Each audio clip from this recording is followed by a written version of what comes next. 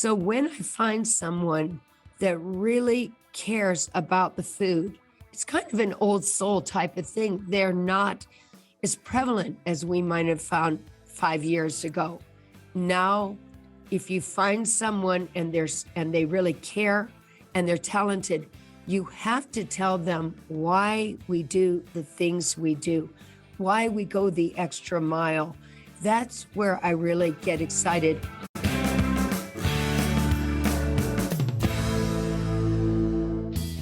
Thank you all for tuning in once again to the Restaurant Rockstars Podcast. I'm so excited to bring you this episode. I can't remember when I had such a personal connection with a guest. I would consider us kindred spirits in many ways, and you'll find out a little bit about that in the episode. I'm speaking with Miss Lisa Dahl, who is the CEO and executive chef of the Dahl Restaurant Group, 5 beautiful restaurants in Sedona, Arizona. And you might ask, why Sedona? Well, to hear Lisa say it, it's all about this spiritual healing place that led her forward from a personal tragedy quite a while ago, and how her guiding light right now is a mantra. And it's a beautiful thing. It's devoted to excellence and blessed by grace. And that's how she runs her restaurants. So we're going to talk all about that, but also successes and experiments and things that work and things that don't work, and labor challenges, and how you grow a successful restaurant to multiple concepts. Don't miss this episode. You're tuned in to the Restaurant Rockstars Podcast. Powerful ideas to rock your restaurant. Here's your host, Roger Bodwin.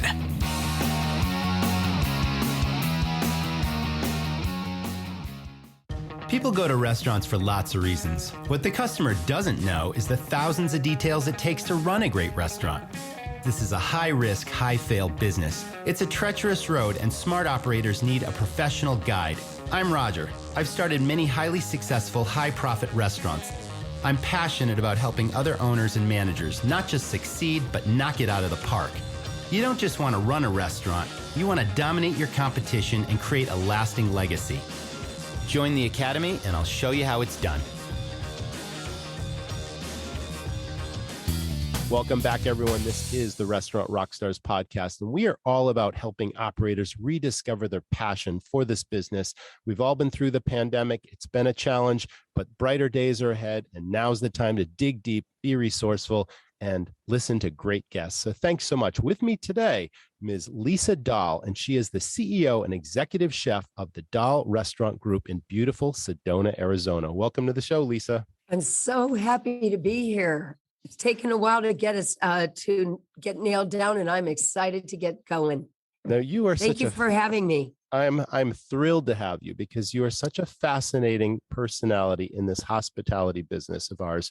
You are a 2-time cookbook author, again, an executive chef. You run an amazing group of restaurants. You've been on TV shows like on Beat Bobby Flay and all types of things. So we're going to cover a lot of ground today, but I'm super excited to have you here. Me too, and thank you. I'm honored. Let's begin with your backstory, because you can take us back as early as it all began for you. You're obviously passionate about cooking. You're passionate about hospitality. I want to know all about your early influences and how you became an executive chef, and then your career trajectory. Just take us through the whole thing. Oh my gosh, that's a lot, Roger. But I'll tell you what, I grew up in Indianapolis, Indiana, and that's the heartland. And quite honestly, I grew up with very simple foods, but very flavorful, high quality. My mom was a great chef. My grandmother was a great cook. And I had a very special person who came to take care of us kids. And she became my mom's protege. And she was from the South. And so she really taught me, her name is Barbara, and she taught me the meaning of soul food. And so I just always loved to cook. I started dabbling when I was 16. I wanted to convert everyone to becoming a vegetarian. That wasn't very popular in Indiana. So I was almost banned from my family when I didn't want anybody to eat bacon or steaks. But over time, that vegetarian cooking, I think, was really an inspiration for me for what is now so important with the farm to table. Of course. But growing up, we always had the best quality of produce. So it wasn't such a novelty to really want the freshest of all ingredients. And so my style is really very close to how I was when I was really young. I still love a lot of vegetarian dishes and I adore vegetables in general, but I've become, of course, very well-rounded and I've always loved to cook. But I was actually in another business because I grew up in the women's fashion business. My mother was a very early entrepreneur, and she had 3 gorgeous women's fashion stores in Indianapolis, and they were very trend-setting, to be quite honest. And I loved clothes, and I got all the great stuff that went on sale because it was the more eccentric things. So fashion and food were my passion. It's amazing that you say that. Yeah, I think I see the correlations in food and fashion all the time in the trends that we put on our dining rooms and everything. They follow so closely. But we love to eat in my family. There were 4 kids. My dad adored eating and especially very rich, pizzas, burgers, all the good stuff, but well made. And I loved cooking and dressing. So when I started my life over and moved from the Midwest into the Bay Area of San Francisco, I continued working in boutiques, and then I became involved in the wholesale footwear business. But us people in the fashion business loved hot restaurants. And so once again, you go to Fashion Week, you get the best reservations if you're in New York or LA, wherever, because we were always foodies. So I always loved the best of those worlds. I'm still crazy about the fashion trends and the food trends. So I'm still kind of like a big kid when it comes to, I'm kind of a natural chef. I don't like to overcomplicate my dishes. And after 26 years, what makes me the most proud is that people come back over and over and over. And that to me is the best thing that you could ever have. Oh, I totally agree with that. We have so much in common, and I won't get into any detail, but I was in the fashion business in Los Angeles, and You're kidding. I had a business. Well, my ex-wife is my business partner, and she and I started a clothing company years ago, and we sold it was called Lulu M, and it was basically something that started on Venice Beach, just selling bodysuits that were silk screened with designs, and all of a sudden, a famous store called Fred Siegel sort of walked by and picked up on it. They placed this $20,000 order for clothes, and we were just selling. We were kids, we were very young. And all of a sudden, now we're in the fashion business. We have a $20,000 order. We're going to quit our jobs. We're going to go. And that actually led to a fashion line that was sold in Bloomingdale's and Nordstrom's. It evolved beyond the bodysuits, but yes, we did that for about 3 years in Los Angeles. And it was quite a learning curve experience as well. So anyway. I can't believe how many things that we have as compatible in our background. It's unbelievable. It is. And I do know Fred Siegel. Right. Yeah. Well, that's clearly a famous name. Yeah. And that went pretty well, actually. And that was a launching pad. You might say that they were definitely an influencer in getting us more and more business. And then we got a sales rep, and they were in the California Mart, and obviously we would sell seasonally, and we'd change the line from season to season, and all that kind of stuff happened. And that's just a faint memory in the back in my rear view mirror, but it was all part of development, and then it was part of business. And I learned a lot from that business as well as starting restaurants. So, Restaurant owners and managers, I call this the business of 1,000 details, and you've got more important things to worry about than calculating and paying your monthly sales tax on time. Well, that's where Davo comes in. Davo puts sales tax on autopilot for restaurants. Davo uses sales tax data from your point of sale system to set aside the exact amount of sales tax you collect every single day, and then files it and pays it when it's due, on time for your restaurant every month. Davo takes just 5 minutes to set up, and once it's up and running, you never have to worry about paying sales tax again. Davo costs $49.99 per POS connection per month, and your restaurant can try Davo for the first 30 days free. Davo was created by a successful restaurant chef and owner who knows what's important for your operation. Time is money, and you've got more important things to focus on, like pleasing your guests. You can't put a price on peace of mind. Why not try Davo for the first 30 days at davosalestax.com? Yeah, you can relate to that. Thank you.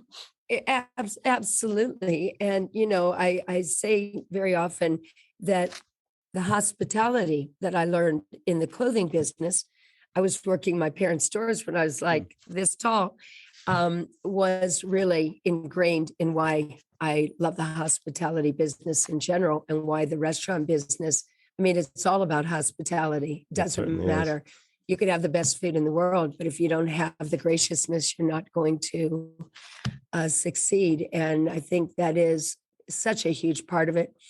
I have a motto, and we try to live by it. It says, "Devoted to excellence, blessed by grace." I love that. That's one of my, I have to write that down. it is.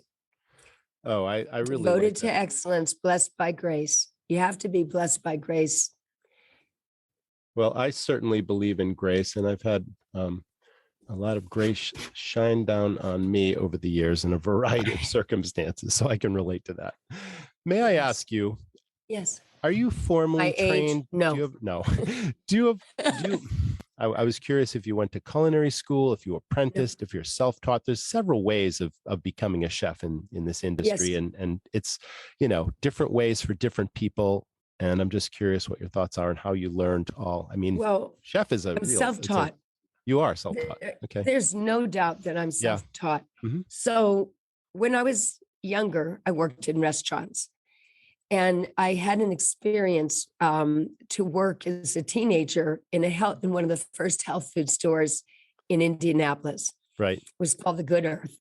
Okay. And I had my own little veggie stand. I did avocado sandwiches and great little salads. And every afternoon, everything would sell out. And I was addicted. But I didn't choose that as my career at that point. I stayed within fashion in one way or the other as I moved into the Bay Area. I became a rep and went all over and sold Nordstrom's and all different department stores and specialty boutiques, which got me out and about. I knew California like the back of my hand because that was my territory. Of course. So as I took that on as my career, I still longed for cooking. Now I am going to fast forward to a part of my life that maybe you don't know, Roger, but my son, Justin, was killed in San Francisco. And from that point on, he was a good Samaritan, and he was killed in a street robbery. I'm terribly in sorry to hear this. 1994. Mhm. Yes. And this is very much the bittersweet of what turned me into a professional chef. When I came to Sedona, because I needed to get away from my memories, the Bay Area, Justin and I moved there when he was in kindergarten. And when this tragedy took place, my life was upside down. I didn't have any excitement for my past business. And I didn't know really what I wanted to do. And I tried to continue to go out and visit clients and things from Sedona, but that was next to impossible. I was too deflated. Of course. I had come to Sedona because I'd been there one time before, and I remembered that it was such a spiritual place, and it was very metaphysical and very just nature is so much in your face in Sedona. And I thought it would be a good place to try to reevaluate my life. At the time, I had a boyfriend, and he moved over with me. He was a professional chef. I had been dating him only for about a year, and I used to go to the restaurant that he worked at in the Bay Area. He came with me, and after about a year, a restaurant space was offered to us. And ironically, it was right next to another Italian restaurant. But for the fact that my boyfriend was Italian, he was a Roman Italian, And I loved cooking Italian. We put our talents together at the time. I mean, I didn't have that much experience, but I've always had a work ethic. And so I became the sous chef, started creating my own sauces. He was brilliant with the saute. He had a lot more of a background. He had worked in many restaurants when he came over from Italy.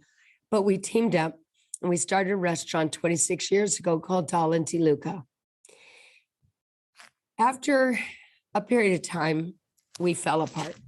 The stresses of the restaurant business, there was a lot of just stuff that I don't advise for others to, unless they really are solid with their partner.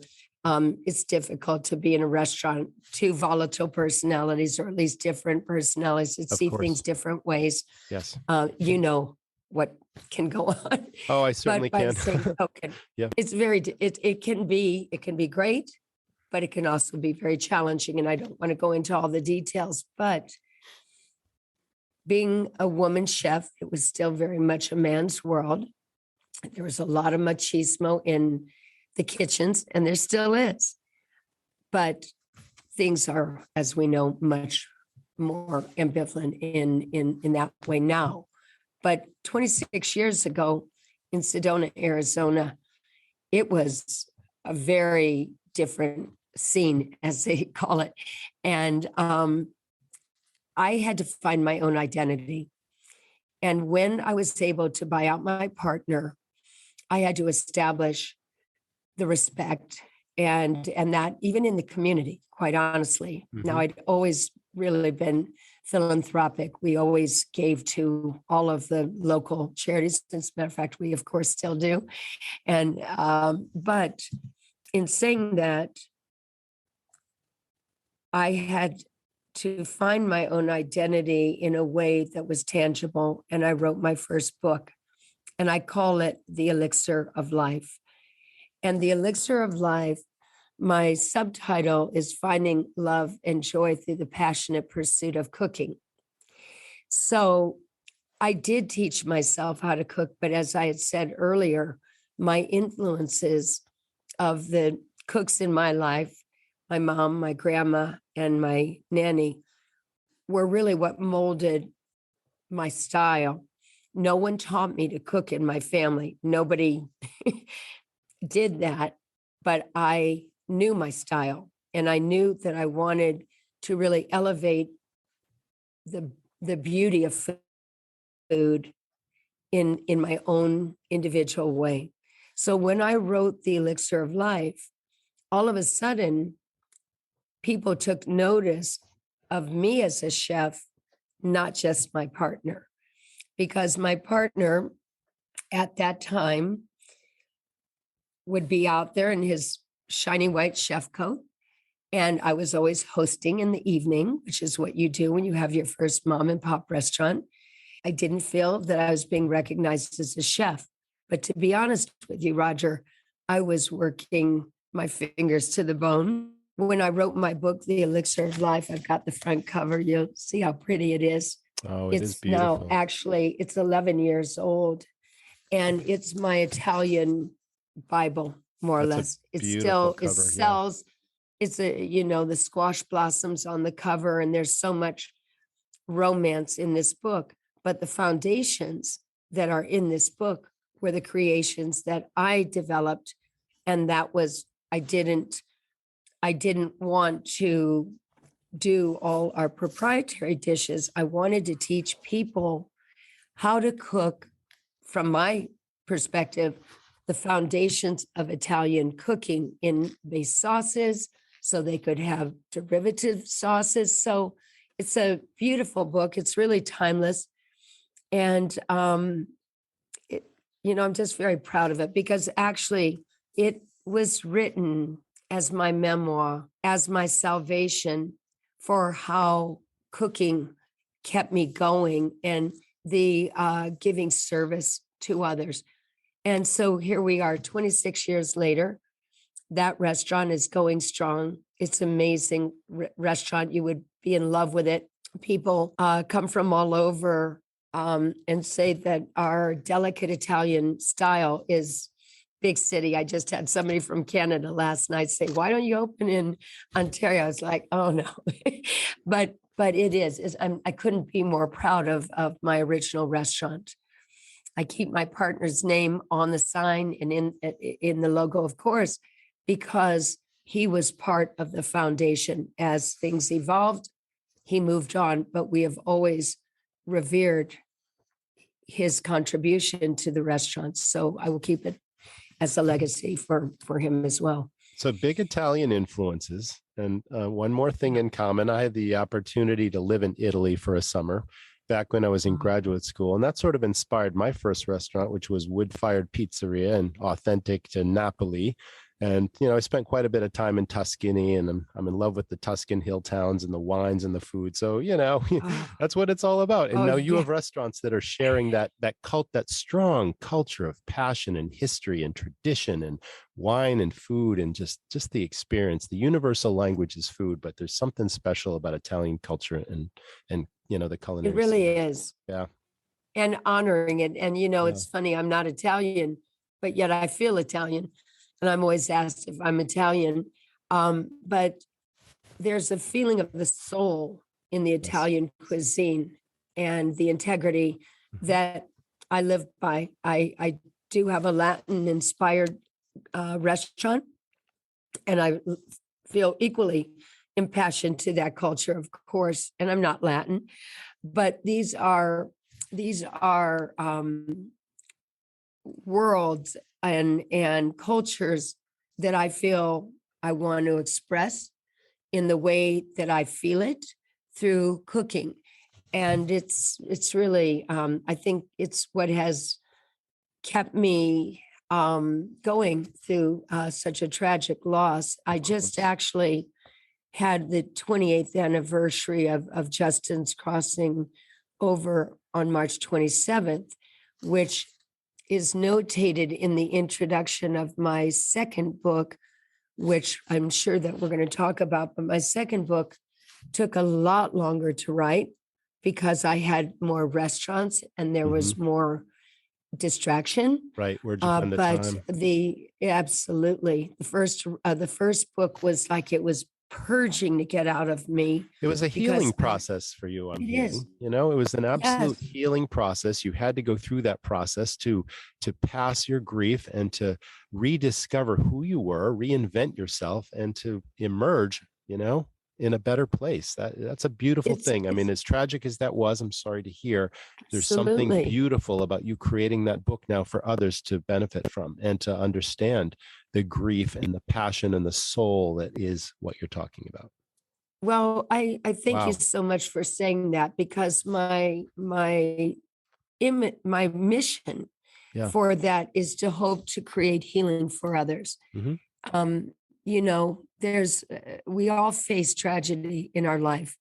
When I cook, I immerse with my son in a way that I know he's looking over me. And that's how I feel about the restaurants that I've developed and designed. I always feel like he's my co-pilot, and I refuse to not believe that. So even when I wrote my first book, many times I had that experience of guided writing where it was effortless. It was just like a download and my hand did not stop moving. I never wrote either of these books on a computer. Eventually they go into digital form, but I write in longhand. And when I hear that little voice that says, it's time to write, I just let it flow. And, it's very cathartic. I think that the writing process itself, it allows a lot of healing in itself. So thank you for that. Yeah, these books are something I couldn't be more proud of. They're both self-published. So that has been, it's been very joyful to finally birth the second book, because that took quite a bit longer because we were going through a pandemic and all of these other things. And I opened a restaurant 2.5 years ago called Butterfly Burger right before the pandemic. And so I got a little bit distracted, but once I realized that I could not let it linger on, I got real serious. And when you do see my book, I'm going to send it to you, Roger, Well, that's the kind. Thank you. second book, of course, but I wrote the introduction on March 27th, 2020, just as we were locking down all the restaurants, and we closed 5 restaurants, and at the time had over 300 employees. And we pretty much at that point had to let go of almost all of our employees. We tried to keep our kitchen staff, and we did the best we could. We were definitely in survival mode, like so many other restaurants out there. Absolutely. But the poignancy of the timing of the introduction, I'll never forget how that was the lightning rod that was defined to me that this book is going to get done one way or the other. And it was, writing books, it's hard because you have to take your large scale recipes that you can do in your sleep down to home chef. And it's a lot harder to go that direction than the other direction. But I'm very happy that we got it out right before Valentine's Day. Well, it's called A Romance with Food. Do you care to share? It's called I'll show you the cover. It's called A Romance with Food, and it makes that perfect companion to, it's like a sequel. Yeah. Oh, of Isn't it course. pretty? It is. So I don't, and it's, wow. the It draws you right empanadas. in. It draws you right in. And Yeah. Scott Yates, my significant other, and I took a trip to South America before Mariposa was finished, just to get a sense of the culture of the food and go to the wine countries, especially in Argentina, but we went to Chile and Uruguay. And Scott is a self-taught photographer who is absolutely brilliant. And we knew at the time that we were going to capture great photos. And I felt that it was going to be for the cookbook. Of course, we also came back with a conviction for the style of the food that I felt would be really great in Sedona, in this gorgeous place that we have, this beautiful restaurant called Mariposa Latin Inspired Grill. And so now, 8 years later, the book has manifested and people can enjoy having the recipes of the food that they enjoyed. And they praised the empanadas and the chimichurri. So I put it right on the front cover. So I'm like a proud mom. Oh, I guess. How much time do you spend in the kitchen now versus overseeing a growing restaurant, empire? I mean, you really just keep expanding. You have multiple beautiful concepts. They're world-class restaurants, clearly. And just the details that it takes to run one restaurant. I call it the business of 1,000 details because there really are. It requires such a hands-on, it's amazing to have a team that you can rely on, that you can empower to, be there when you're not there. Yes. But I'm sure our audience would love to hear how you go from one successful restaurant to another, especially after coming out of the pandemic, when you tell the story about having to let so many people go, and now you're rebuilding, you're regrowing, and just emerging from the ashes. But it's a monumental achievement to have one successful restaurant, because it is such a challenging business, and you are now moving on to number 6. So there's no easy answer to this, but how do you do it? It is a huge question, and thank you for that. Each of my restaurants developed more or less organically. It wasn't, I'm going to take over this town type thing. I mean, this was a very interesting way that they evolved. First, with Dahl and Toluca, which I mentioned is 26 years old. Right. It's very small. It's a boutique restaurant, seats about 100, and it's my proud baby. But I had an opportunity to put in another restaurant across town. Now, across town here is only 20 minutes away, 20 minutes without tourist traffic. It can be an hour these days, but that's par for the course. But at the time, when I came out to the other area called the Village of Oak Creek in Sedona, I opened a beautiful restaurant that's Italian and Mediterranean, and it's now 18 years old. Those 2 restaurants were about 9 years apart. It wasn't until I had an opportunity to take this cute little corner across from Dahl and Toluca, Pizza Hut, old Pizza Hut. Many people guess when they see the way it looks now, they say, was this a Pizza Hut? And it was, but you can hardly tell. It's very cute. I can picture that. I'm sure you've transformed it into your own vibe. And, oh, it's so cute. Yeah. You got to come and check it out. I love it. Love It's to. so darling. Okay. But it was my first opportunity to do a wood fire pizzeria. Mhm. And I was intrigued with it. I was intrigued with, the dough, the making an authentic pizza. I really love the Neapolitan style pizzas, but I also liked what I had tried in Trastevere in Rome, the more simple, little bit more structure to the crust, a little less wet, but I found the style of crust that I wanted to use as the canvas. And it gave me an opportunity to be creative in a different way. But I developed a unique way that we do our toppings, and I used my mother's sauce, which is the foundation sauce from my first book, and that we've used in our Italian restaurants for all these years. And now it's 8 years old. It's called Pizza Lisa. And that is the concept that we're in the process of having our second one in hopes of a prototype. Now, pizza business isn't as easy as we make it seem. And I don't think it's easy at all, to be honest, because as you know, when you're dealing with a product such as the dough, you have fluctuation of many different ways, whether it's air, moisture in the air, elevation, there's many things, and it's temperamental. And the water is important as well. Yeah. And absolutely. And it's, to me, this pizzeria is extremely unique. It's very natural. Beautiful. There's delicious tapas plates and gorgeous organic salads that we're known for. You'll hear people in town say, oh, we've got the best salads. Well, we're very prideful about those. They're all organic and great ingredients, great layering.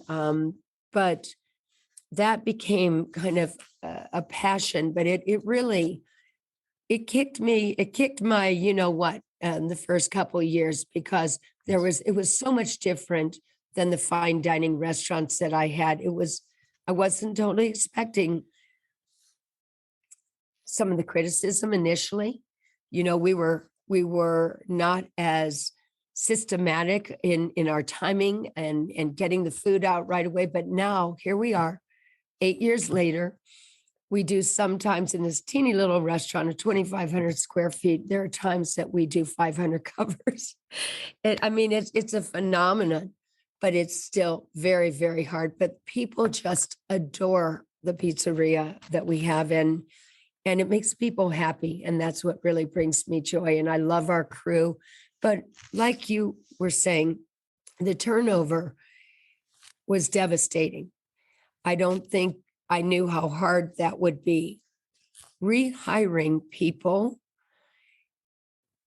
and recruiting has been one of the most difficult things that I've ever faced. When you think that you've seen it all going through this pandemic, whether you're in a small town like us, which has always struggled for labor. I could go on and on about that. Yes. We had labor issues because we're a high density, very popular now more than ever, tourist town. So it was always kind of a little seasonal. Now it's balanced a little bit since the pandemic, but it's always been pretty hard. But now it's harder than ever before. It was challenging getting the new employees, but what I find has been the most difficult has been the ongoing training and bringing people into your culture. Didn't know our restaurants from before. And that has been one of the most exhausting of all of the elements that we're all facing. And I'm sure this is the same whether you're in a large city or not. But for us here, there's only so many people to go around. Right. Sedona itself is only 12,000 residents. And so, and it's very difficult here too, because we need to draw on areas outside of ours, like Phoenix, like Scottsdale. But those markets are so hot, as they have been for at least the last 5-6 years, as you well know. It's one of the top restaurant demographic towns in the country. It's hard for people, they want to live in Sedona, but it's hard for them to find places sometimes. So this has been enough to make you pull your hair out. And it's still going on. I mean, we're still fragile. We're still struggling in several of our restaurants to get our teams built back the way they were. But the good news is that I think through this, we are stronger foundationally than we were before. Our management teams are really dedicated, and I believe that we'll get hopefully to the next level where we can just kind of be prepared for the influx of the tourism that we have in Sedona, because it has been a little town on steroids for quite a while, but it's like everybody has discovered us. And we only have so much labor right now to really deal with our high season, which officially just starts in April. Yeah, I mean, so many issues here. Affordable housing, of course, it's a very popular tourist destination. So housing is limited, housing is expensive. Exactly. Obviously, it's very hard to staff a restaurant when people have to commute from outside areas. Are there areas that people do commute into Sedona that work, different positions in other industries and restaurants as well? There are. They do. They'll commute sometimes as far as from Flagstaff. Flagstaff is about an hour, depending on which way you go. I see. That usually isn't the most desirable, because at some point they will tire of that. Yeah. But we're in an area called the Verde Valley, and we have small towns, actually bigger than Sedona, but a town, Cottonwood and Camp Verde, and we do draw from those areas as well. I mean, we're recruiting from outside the area, but I've had so many disappointments when I really thought that I'd met just a chef or a manager that would just fit perfect, and it was a mutual fit. And then they literally could not take the job because they couldn't find a place to live. And it's heartbreaking. So, we're hoping for more affordable housing, but those things don't happen overnight. But it is what I think will stop us in our tracks. We have so many people that want to live here, and yet there's really, even in terms of buying homes, it's tapped out for the most part, just like other towns like ours that are beautiful and exotic, accessible from larger cities. I mean, you can fly in from Phoenix and be in Sedona in under 2 hours, and that makes it really quite a gem, for tourism. In 2019, right before the pandemic, we had just served about 475,000 guests in our restaurants. At that time, we only had the 4. Butterfly Burger had not opened, hadn't had its first year, I should say. And now it's just a little rock star. Butterfly Burger is so unique. But at that time, we only had in a cute name. That's perfect. It's so fun. It's such a great concept. The burgers are out of this world. It's common that I'll have people say that it was the best burger they ever had. And I'm like, oh my gosh. But they're very unique. That's what keeps you going. I entered the Scottsdale Burger Battle before I had concepts. I just thought it sounded fun. At the time, Mariposa was just opening, and it was open for lunch, and I had some great burgers on that menu. And long story short, I entered the Scottsdale Burger Battle, and I won the People's Choice. That was in 2016 with a burger I called the Gringo Burger. I entered a couple other years, and I won the Judge's Choice. And I know I sound very humble at the time, but I was like, oh my God. But everybody said, where's your burger place? Why don't you have, they thought it was in Phoenix. Of course. And I say Sedona, and they go, Sedona. But after a while, I decided I want to have a burger concept. So I took the stars of those wins, the Gringo, the Waco Kid, and the Fungi Sublime, and I created the menu. And it's just doing great. We have gourmet shakes. It's heavenly. You would love it. But we have some wonderful vegetarian burgers. As a matter of fact, I just did a demo in Palm Desert Food and Wine just 2 days ago, Sunday, for my hipster burger. One of the burgers that I created when I was a teenager, like I was saying, when I wanted everyone to become a vegetarian, came up with a lentil walnut burger. And I just demoed that just the other day and everyone loved it. It's just fun. It's a very diverse menu, but I've condensed it like we all have. We've condensed our menus to really maximize our, scales of economy Right. in every restaurant. So the menu is fairly manageable, but I'm a condiment queen. So I love fabulous aiolis and sauces and just wonderful condiments and oils and things of that nature. So my prep is always harder than it appears when you look at a menu. There's many layers. And I think that what has created our popularity are those, you just bite into these burgers and it's like, they're just heaven. I mean, they're literally heaven. I'd love for you to come out and try our restaurants one of these days. And they all have funky names too, which kind of lends itself to the flavor, the character, I'm sure that helps to sell them and just gives buzz, something for people to talk about, especially when they're award winning and the aiolis and the toppings. I can visualize the menu and taste it. I just know that you would adore it because I think that the layers, every burger has to have a purpose that draws you to the one that you would be most attracted to. Yes. And, my favorite will always be the Gringo burger. The Louis Remoulade is out of this world. And to me, I always say, give me some extra sauce. But then we do these wonderful buttermilk fried crispy onion strings. And, I love an incredible, nice, rich white cheddar, the Louis sauce, and then the crunchy element stacked nice and high. And you bite into that burger and it's like it's got everything. Yes.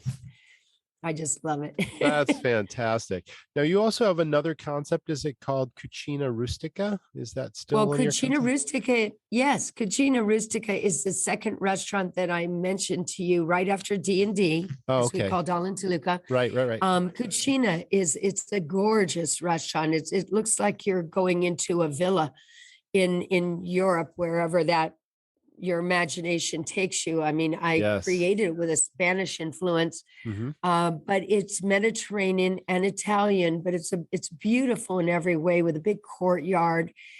But the menu is it's called Cucina Rustica, which means rustic kitchen. And so the cuisine is a little less stylized. It's just comfort food, Italian and Mediterranean comfort food. I do Mediterranean plates and things with hummus and dolmas as starters, but everything is very natural.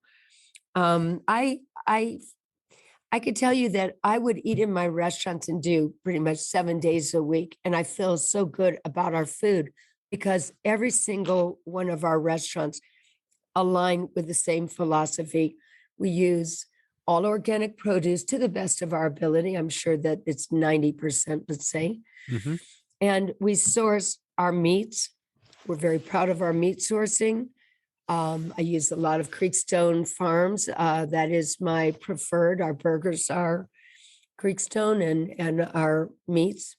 We use the best of seafood sourcing. All of our seafood, we insist, is approved by the Monterey Bay Aquarium.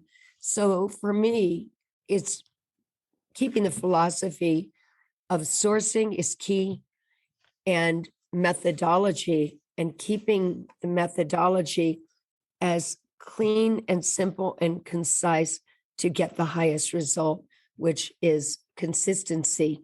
I think that the worst thing that could ever happen is when it's not as they remember. To me, that's a sin. And that's something that I take as serious as can be. And by keeping our methods and the integrity of the food as unfettered, lets the food shine and lets us create memorable dining experiences. How much time are you spending in the kitchen now versus overseeing your kitchens? Actually cooking. It seems like it should be a very easy answer, but it's not. People go, "You're still in the kitchen?" And I say, yes, because as I had said, the training and retraining is still tantamount to keeping the quality control. So I find myself going into kitchens sometimes to troubleshoot because we're short on staff, Of course. or we have new people and they have to know the culture and the style, and they have to see that the owner will walk the talk. It's not something that I sit on some pedestal hidden. I go into my kitchens and I do cook. Right now, I'm not so much in development. I'm trying to get caught up on things with Pizza Lisa 2 opening. We're trying to get our labor. Our staffing is still not where it needs to be. We need to get into the kitchen and start creating our dough and working with the staff, but we don't have a full staff. So that's very stressful. But I'm also trying to recraft the menu a little bit because I do want to add a few new nifty items. I've got some ideas I can't wait to do because in this new restaurant, I'll have 2 ovens. In Pizza Lisa 1, we only have 1 small wood oven. As I told you, we do sometimes 450 to 500 covers with an oven that is actually best for about 5 pizzas at a time. It's like a contortion. You can't even imagine that. I mean, I'm amazed every time I see it. We push the envelope sometimes for 6. We do a tremendous amount of takeout business. And in the past, before the pandemic, I didn't think you even needed takeout business in the pizza business because I was like, my pizza ain't going into a box, but au contraire, our pizzas go in a box. We have a way to keep them warm. People are as happy as can be. And now we're about a 30% takeout business in our pizzeria. Well, the new pizzeria is going to be much larger. We had started this, the desire to go into this location before the pandemic. So we've had 2 years of like nothing burgerness. And now we're just held up. We've got the certificate of occupancy, but we need the labor. Come on over, everybody. We need cooks. We need chefs. We need managers, but we will not be able to open until we can staff. It's going to be a gorgeous place. I mean, it's just darling. It's a lot bigger. We'll have more retail, some grab and go, and I'm excited. But I'm also realistic that we are still in a struggle here because things aren't back to normal by any means. I found it really therapeutic to get behind the oven, and I've probably cooked a couple thousand wood-fired pizzas in my day, and our oven was custom built by a mason. It looked like an igloo inside. It was a total convection oven. We could fit about 15 in there at one time, but I tell you, you have to stay on your toes moving 15 pizzas with a blazing fire in the back because obviously we'd have to spin them and rotate them. There's hot spots in the oven. It's like you had to get to know the nuances of that oven in order to cook in it. But I'll tell you, if you had 15 pies in there, you were moving pizza. Oh, I love it. I can't even tell you how much I relate to what you're saying because it's an art form and there's a passion. It's almost like a primal thing. And I look up to my kids that are the pizziolas. I'm like, you're gods to me. But I would tell you, when I opened my first pizzeria 8 years ago, I worked in it all the time. For me, that was one of the most fun times. I mean, looking back on those days, I can't believe how far we've come. It's really sad to me in some ways, Roger, but there was so much excitement and there weren't these challenges. And I'll never forget, at least for the first year, I would love to be on the deck making the pizzas. And every time I make a pizza, I have this kind of a creative love affair with the process. Something I'll tell you that will, touch your heart. I named the pizzas for my parents. My father was in love with pizza. He grew up in Chicago, and he courted my mother as they were dating through the years at his favorite restaurants. So he would always go to his favorite pizza joints in Chicago and in New York, take my mom, but my dad loved Italian sausage. So he wanted double sausage. That was his way. We're going to have double sausage pizza. So when I started the pizzeria, my dad had passed away just a few years before, and I was still very sad.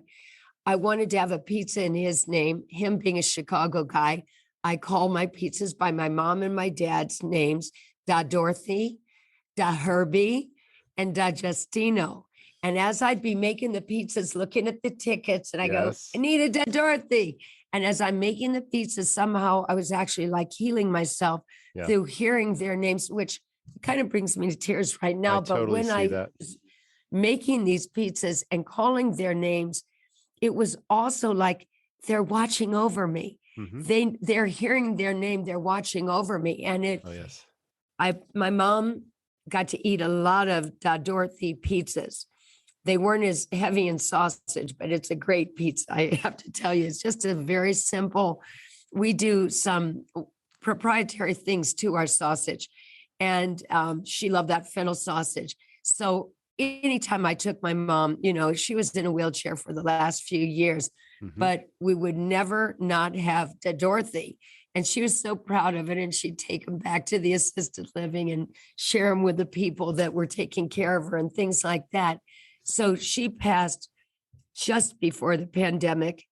And I guess that's what I'm saying, is that the culture and the spirit of doing things, knowing that it's a healing process. I never want to not be in a kitchen. It keeps me young. I adore doing that. But it's almost like that becomes a luxury. But I'm certainly in the kitchens. And when I can just immerse in the creative process, which a lot of that for me is teaching people that want to learn.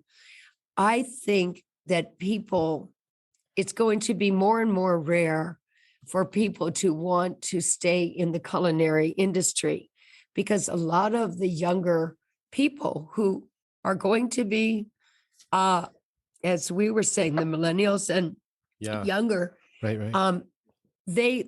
Their passion, they have lots of avenues to pursue in terms of career opportunities. So when I find someone that really cares about the food, it's kind of an old soul type of thing. They're not as prevalent as we might have found 5 years ago. Now, if you find someone and they really care and they're talented, you have to tell them why we do the things we do, why we go the extra mile. That's where I really get excited. I was mentioning I was at the Palm Desert Food and Wine, and I had 3 different events that I put on. And I got a chance to work with some young culinary students. They had a fabulous culinary school there. And many of the kids were the volunteers, of course, from the school. And we were preparing on Saturday for my Sunday event where I would be on the stage. And without those kids, and they were strangers to me, but I took them under my wings and we had such a great time. And I gave them, both of the 2 kids, I had said, I'll give you a cookbook, as a reward. And I thought maybe they didn't care. Maybe they forgot about it. And after my demo on Sunday, here came the kids saying, you said I could get a cookbook. It's like, it really was it meant so much to me that they really wanted a cookbook. You know what I'm saying? Of course. That's who we're investing in now is the youth. And it's very rewarding. Yeah, it's gratifying to give back, and it's gratifying to share the knowledge and to share your love for food and to see people that really want to be part of this business. And much like yourself, this is a business that I've seen you really don't need a formal education. You don't need to go to college. You can literally rise up from, in my case, I had a dishwasher that started at age 15 and he stayed with me 15 years and mentored him, took him under my wing, and he bought his own restaurant 15 years later. So it's amazing what can happen in this business. And I know you've seen that. You continue to develop your people, and it's gratifying to watch them shine and rise into their own. It's just a beautiful thing. I love the similarities that you and I have. I mean, it's really refreshing.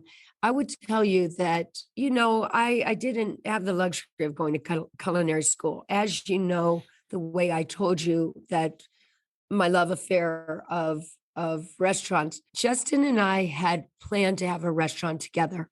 He loved food. We cooked every evening, like moms and sons do, but we always had a house full of kids coming over because we were darn good cooks. I was not a professional chef, but anytime someone had a party or an event, I was good enough, even restaurant ownership, to take on very large parties and do them very well.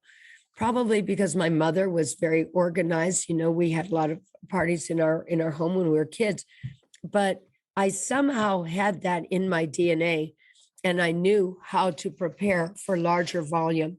So when I got into the kitchen with my first restaurant, start with a pan of sauce this big, but it went this big, big. And before you know it, Right. You're doing huge events and things.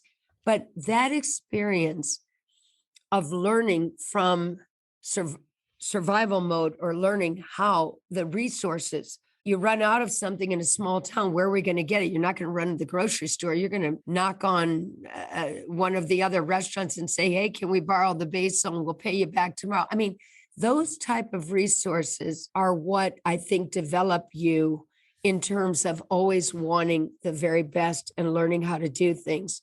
You certainly miss out on many of the technical aspects that I wish I had now. I mean, here I am, I'm learning new things because technology is so much a bigger part of things now than it was. We were mom and pop restaurants until Mariposa was built, and Mariposa is the big kahuna. We had over 100,000 guests the first year that we opened. Amazing. We really didn't even know what we were doing. Wow. I mean, how can we be serving this many people? Sure. But the menu is fantastic. It aligns with the beauty of the property. It's a very it's an earthy menu. I mean, it's got something for everyone. It's a steak and seafood grill, but with a heavy emphasis on vegetable dishes. And I do many of those vegetable dishes in a large Munianini oven, probably similar to the one that you were mentioning that you could put 15 pies. I used to do flatbreads in that restaurant, and it was very difficult because we do the octopus in the oven, Right. the pulpo. We do many diverse things. We do a chicken dish. The flatbreads were really I loved them. They were fabulous, but they kind of got in the way when you need to finish off meats and things of that nature. But yet it's still very active. We do so many great dishes, but I wanted the earthy quality, wood oven, wood-fired grill. So yes, we do have conventional ovens and gas burners and things of that nature, but the essence of the food is almost like going back. I called myself once a female caveman because I love the idea of the fire. I was very inspired by when I went to Uruguay and went to Francis Molman's restaurants, and in just that earthy quality, which pretty much was like how I grew up in Indianapolis, the backdoor barbecue, as I say, Yes. steak, corn, good tomatoes, lots of potatoes, but healthy versions, but really prime quality. Of course. So it's kind of like a heartland type of earthiness that I love and that I have in all of our restaurants. The food is simple, but it's also very, very delicious and lots of flavor and lots of color. Our audience is very familiar with the cooking shows, and we all like to watch the cooking shows. Can you tell us how you came to be on that show, Beat Bobby Flay, and tell us about that experience? It was scary. So I'll be honest, it's kind of a great little process.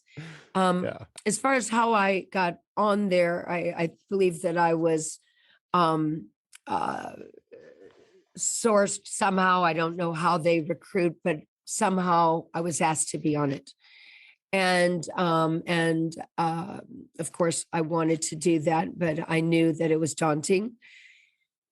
Long story short about that, I was originally asked to do, you put in many different choices. It could have been eggplant parmesan. It could have been seafood pasta. I put in an array of different things that I would like to do. Of course. And they said, could you do a burger? And I said, of course. And it sounded too good to be true. So I chose the Gringo burger, and everyone was happy with that choice. Okay. Yep.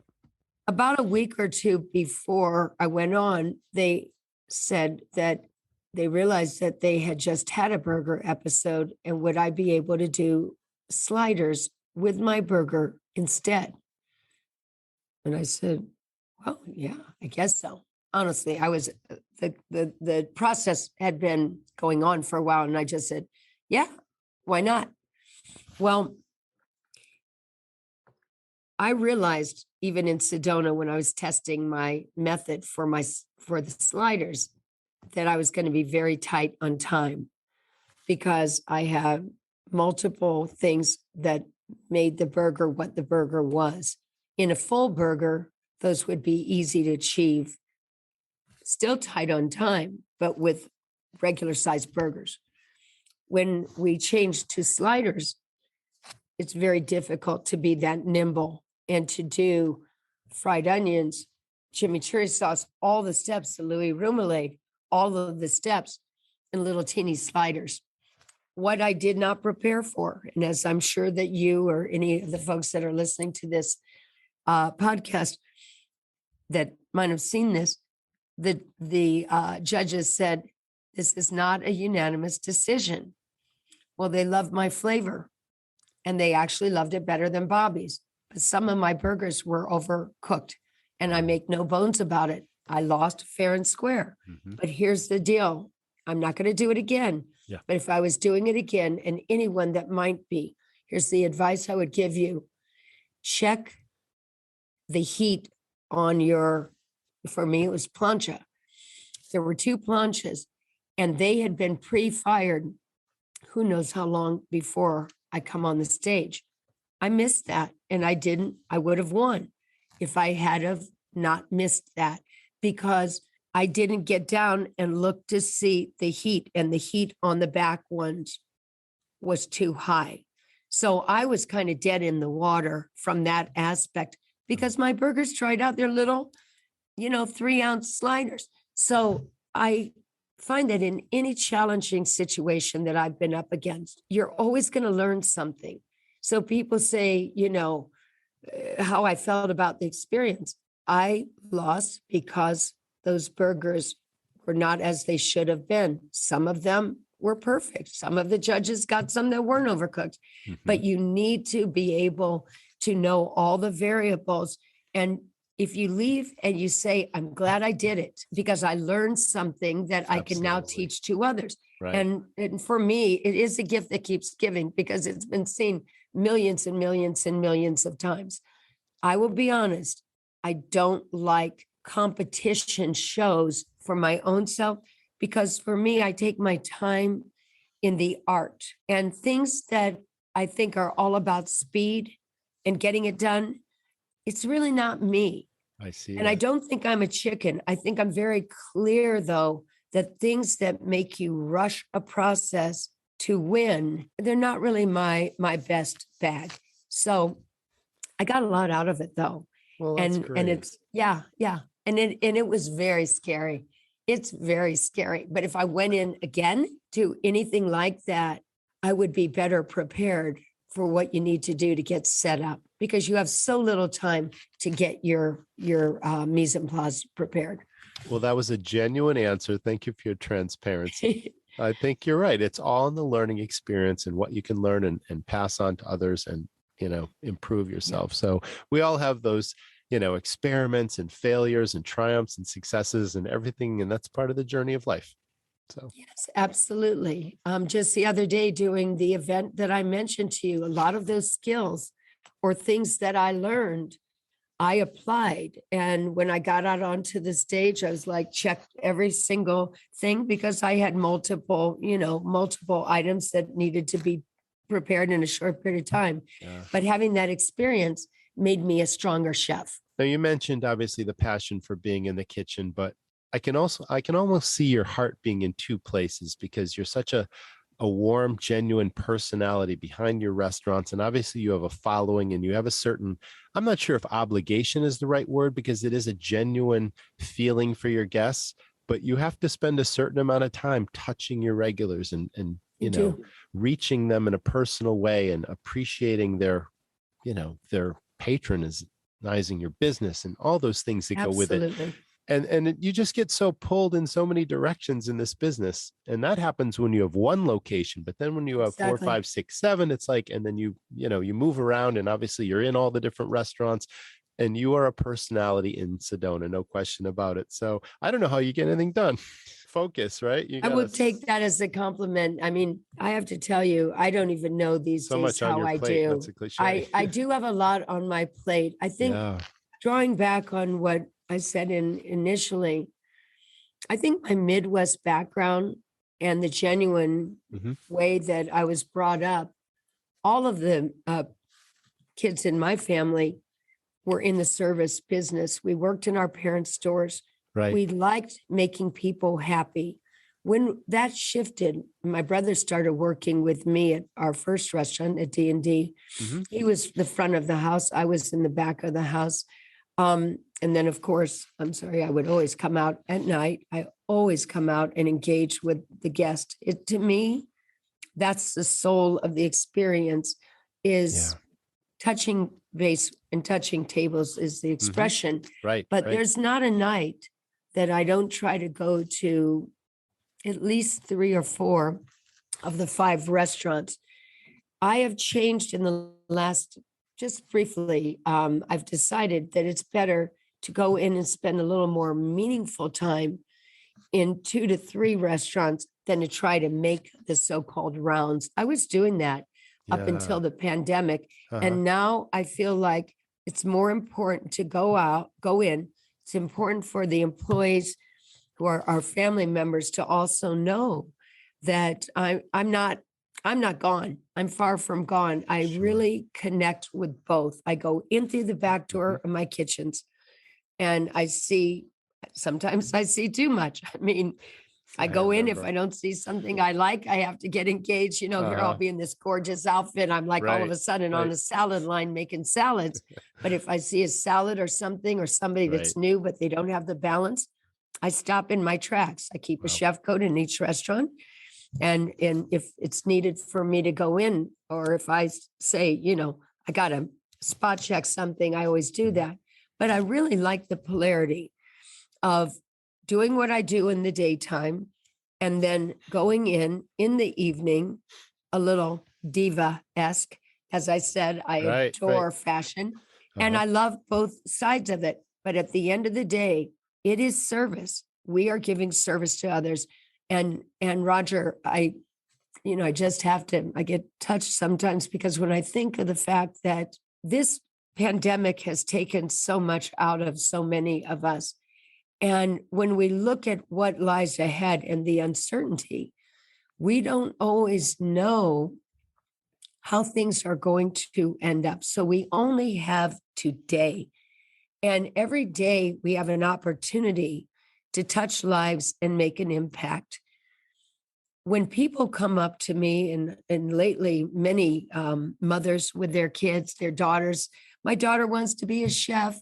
Will you sign a book for her, or will you let her come and see something in the kitchen? I mean, it's like a rebirth that's taking place all the time. And I'll tell you, I can be stopped in my tracks any day of the week when I'm just in there to say hi to people. And all of a sudden, I realized this is a higher calling. It was never about the money for me. It was always about the purity, the love. But, I didn't start until I'm not going to say my age, but I didn't start until I was in my 30s, let's say. And so this has been the most rewarding career I could have ever chosen that aligns with who I am, which is a person that basically likes to see people happy and fulfilled, because I don't think that this is just going out to eat. I feel like you have an opportunity to leave an indelible memory for someone in their dining experience. And whether I'm there or not, if they can't taste the soul of the food and the intention, it's just another place to go out to eat.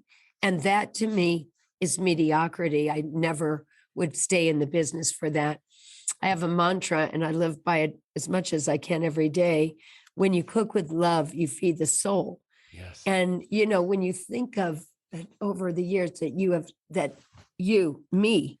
we are serving millions and millions of people. And when they go out there and they've had a great experience and they can taste the love and they've had wonderful service and all that is involved in a wonderful dining experience, it's a ripple effect.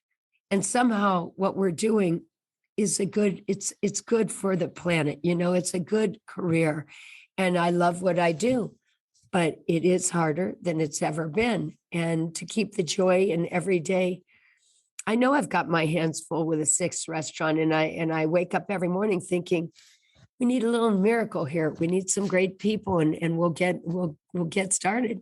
I think all that will happen to you. You have another mantra that you shared with me earlier, and it's a beautiful sentiment: devoted to excellence and blessed by grace. Yeah. I couldn't think of a better way. You've been an amazing guest on the podcast. You've shared so much love for food and love for the business. And there's just so much key nuggets of information that I know our audience is just going to love and benefit from. So thanks so much for being with us. Thank you, Roger. I'm so honored. And I really hope that people enjoy this podcast and maybe they get a little bit out of it and want to come and work for us.